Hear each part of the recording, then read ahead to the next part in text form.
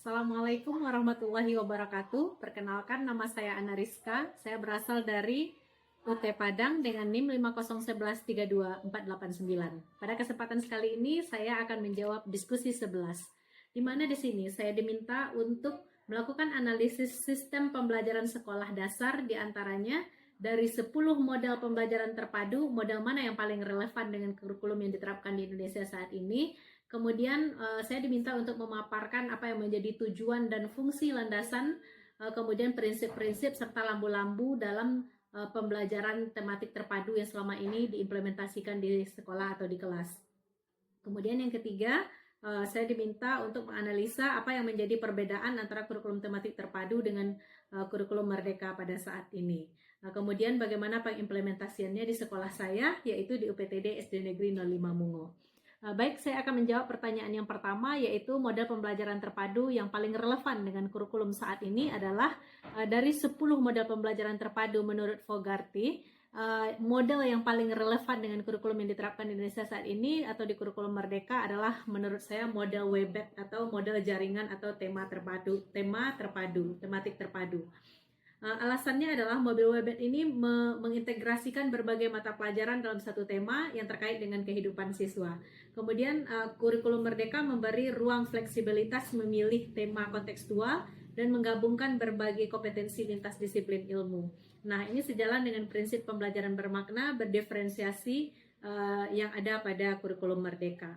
Selain itu, selain dari model tematik terpadu, model yang cocok menurut saya adalah model integrated, yaitu karena kurikulum Merdeka mendorong pembelajaran lintas disiplin ilmu atau interdisipliner.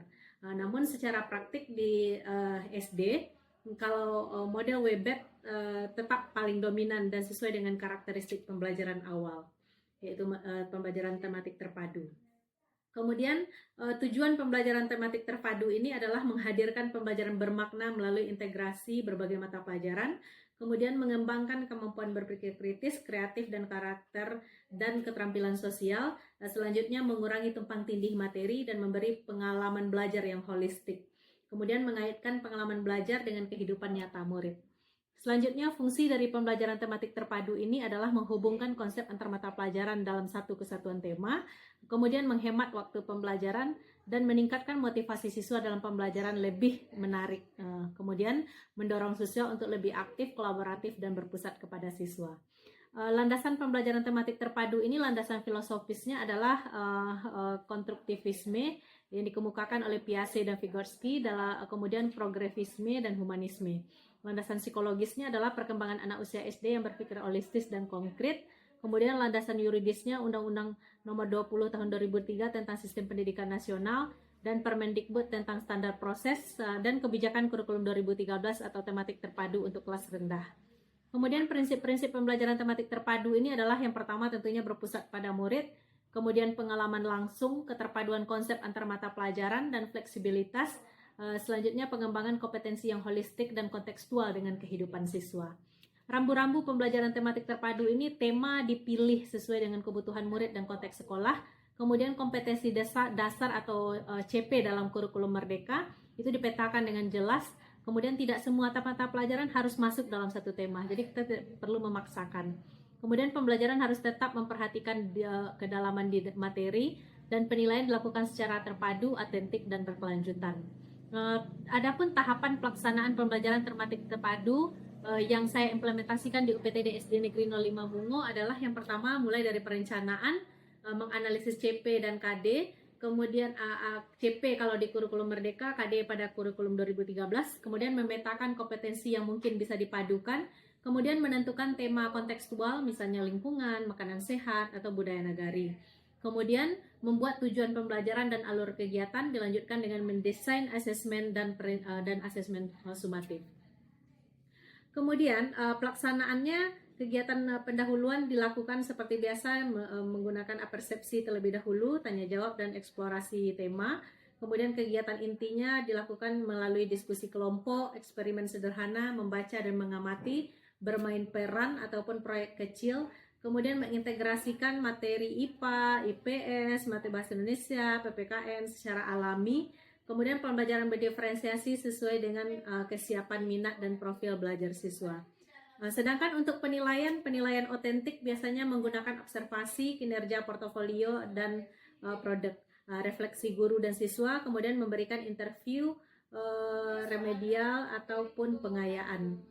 Nah, perbedaan antara pembelajaran tematik terpadu dengan kurikulum 2013 dengan kurikulum Merdeka, yang pertama dari aspek pendekatan, K13 ini pendekatannya tematik terpadu, wajib terutama untuk kelas 1 sampai kelas 3. Sedangkan kurikulum Merdeka tidak wajib tematik, guru bebas memilih model pembelajaran. Kemudian untuk aspek kurikulum di K13 terstruktur, ketat berdasarkan kompetensi dasar KD. Kita diikat oleh KD. Sementara kepada kurikulum kurikulum Merdeka, pembelajaran capaian pembelajaran berdasarkan CP atau capaian pembelajaran yang lebih fleksibel. Karena kita dibebaskan untuk kita hanya diberi konten atau materi secara sederhana. Kemudian pembelajaran, dari aspek pembelajaran pada tematik terpadu, integrasi mata pelajaran dalam satu tema, sedangkan untuk kurikulum Merdeka fokus pada diferensiasi dan pembelajaran mendalam. Kemudian untuk penilaian di K13 ketuntasan berdasarkan KD, kalau di kurikulum Merdeka formatif dominan, asesmen sebagai proses belajar. Kemudian peran guru di K13 mengikuti buku tema dan alur yang telah ditentukan, sementara di kurikulum Merdeka peran guru adalah lebih otonom merancang pembelajaran. Kemudian fokus utama di K13 integrasi mata pelajaran, kalau di kurikulum Merdeka kemandirian belajar, kompetensi esensial, dan karakter Pancasila. Kalau untuk proyek di K13 tidak ada P5 secara khusus. Kalau untuk di kurikulum Merdeka saat ini ada kegiatan co-kurikuler yang dilaksanakan dalam 3 bentuk cara. Implementasi di tempat saya mengajar di UPTD SD Negeri 05 Mungo, Kabupaten 50 Kota, kurikulum yang digunakan adalah kurikulum Merdeka. Dan implementasi yang dilakukan adalah pembelajaran fleksibel dan berdiferensiasi. Saya menerapkan asesmen awal, memetakan kesiapan siswa, dan memberikan pembelajaran sesuai dengan kebutuhan. Model tematik masih digunakan, tetapi tidak seketat di K13. Contoh tema yang saya gunakan adalah makanan sehat, lingkungan budaya, dan kesehatan diri. Kemudian integrasi pembelajaran kooperatif dan kolaboratif yang saya lakukan adalah pembelajaran berdiferensiasi yang sangat mendukung terhadap kurikulum Merdeka. Kemudian untuk penilaian formatif dan otentik dilakukan melalui observasi, catatan anekdot, kemudian jurnal guru, proyek, dan portofolio. Selanjutnya otonomi sekolah. UPTD SD Negeri 05 Mungo menjalankan kegiatan tahfiz yang hanya ada di sekolah kami, kemudian sarapan sehat, dan ibadah bersama sebagai bagian dari penguatan profil pelajar Pancasila atau sekarang 8 dimensi profil lulusan. Di mana di sini yang kami angkat untuk 8 dimensi ini fokus kepada beriman dan bertakwa kepada Tuhan Yang Maha Esa, bernalar kritis, dan mandiri. Nah, demikianlah pemaparan saya tentang diskusi 11. Terima kasih atas perhatiannya. Saya sudahi dengan Assalamualaikum warahmatullahi wabarakatuh.